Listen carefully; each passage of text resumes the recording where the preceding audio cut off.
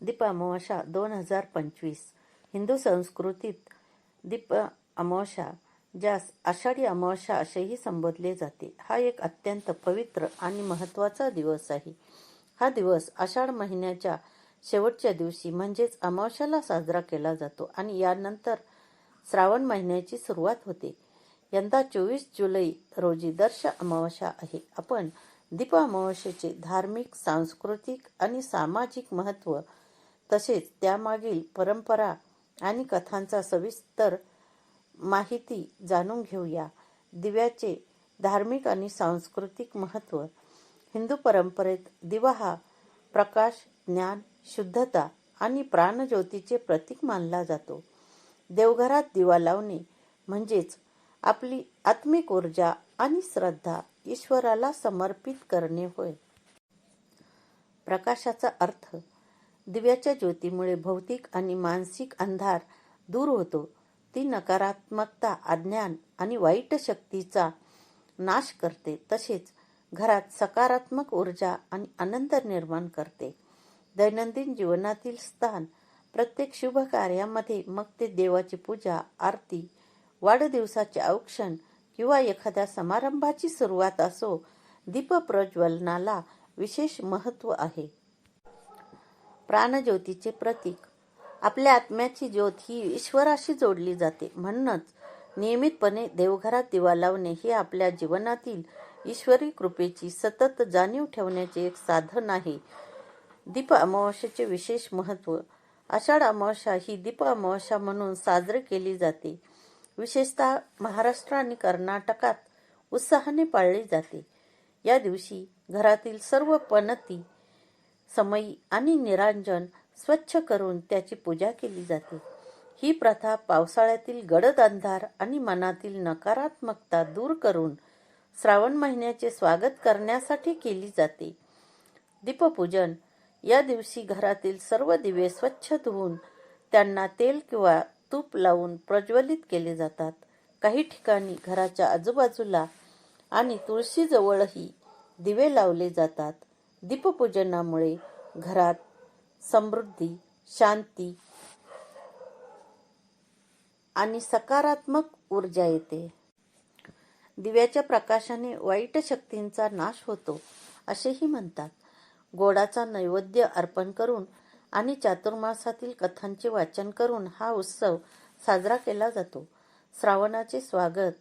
दीप अमावस्या ही श्रावण महिन्याच्या आगमनाची तयारी आहे. श्रावणात अनेक सण, व्रत आणि उत्सव असतात, ज्यामुळे वातावरण उत्साही आणि पवित्र बनते. दीपपूजनाने या महिन्याचे स्वागत केले जाते. पितृतर्पण. हा दिवस पितरांच्या पूजेसाठीही योग्य मानला जातो. पितृतर्पणामुळे घरातील पितृदोष दूर होतो आणि पूर्वजांचा आशीर्वाद मिळतो. देवी लक्ष्मी आणि दुर्गा पूजन. काही भागामध्ये या दिवशी देवी लक्ष्मी आणि माता दुर्गेची पूजा केली जाते. यामुळे घरात सुख, समृद्धी आणि रक्षण मिळते. दीप अमावस्येची कथा. एका नगरीत एक राजा आणि त्याची सून राहत होती.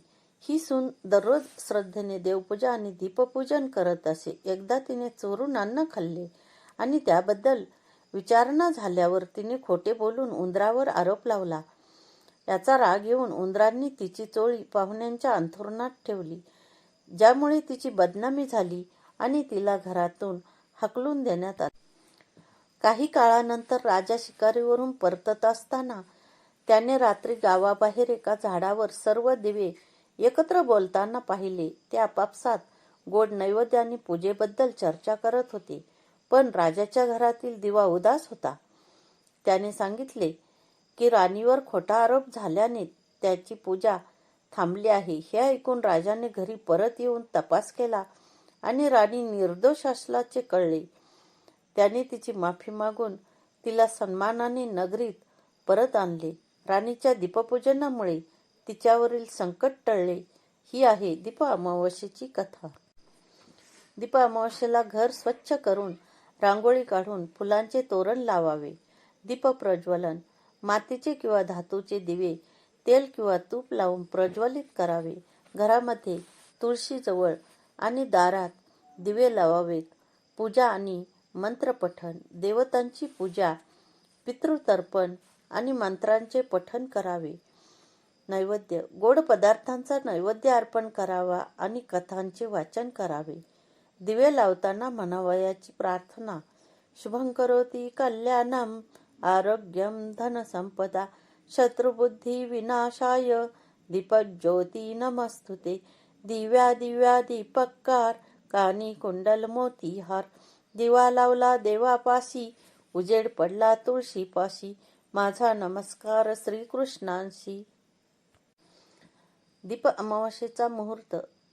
प्रारंभ तिथी 24 जुलै 2025 गुरुवार सकाळी 7:28. समाप्ती तिथी 25 जुलै 2025 शुक्रवार सकाळी 9:17. अमृत काळ 24 जुलै 2025 दुपारी 1:30 पासून दुपारी 3 वाजेपर्यंत असेल. गटारी हा गैरसमज. आजकाल काही लोक आषाढी अमावास्येला गटारी अमावास्या म्हणतात आणि श्रावणापूर्वी मांसाहार किंवा मद्यपानाच्या पार्ट्या करतात. पण हा एक गैरसमज आहे. आषाढात शेतकरी कष्टमय शेतीचे काम करतात आणि पावसाळ्यामुळे वातावरण दमट उदास असते. दीप अमावास्येला पूजन करून कष्टाचे दिवस संपल्याचा आनंद साजरा केला जातो आणि श्रावणाचे स्वागत केले जाते.